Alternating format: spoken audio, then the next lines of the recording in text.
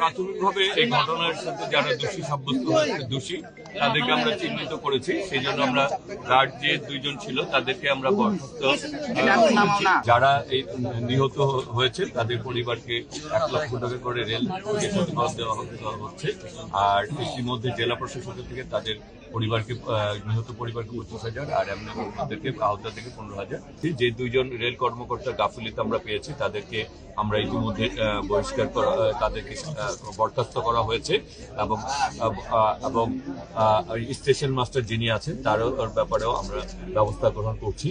সুতরাং এবং 2টি বিভাগীয় তদন্ত কমিটি, একটি বিভাগীয় তদন্ত কমিটি আর একটা জোনাল তদন্ত কমিটি গঠন হয়েছে। এটা কখনোই কোনো লাশের দাম 1 লক্ষ হতে পারে না।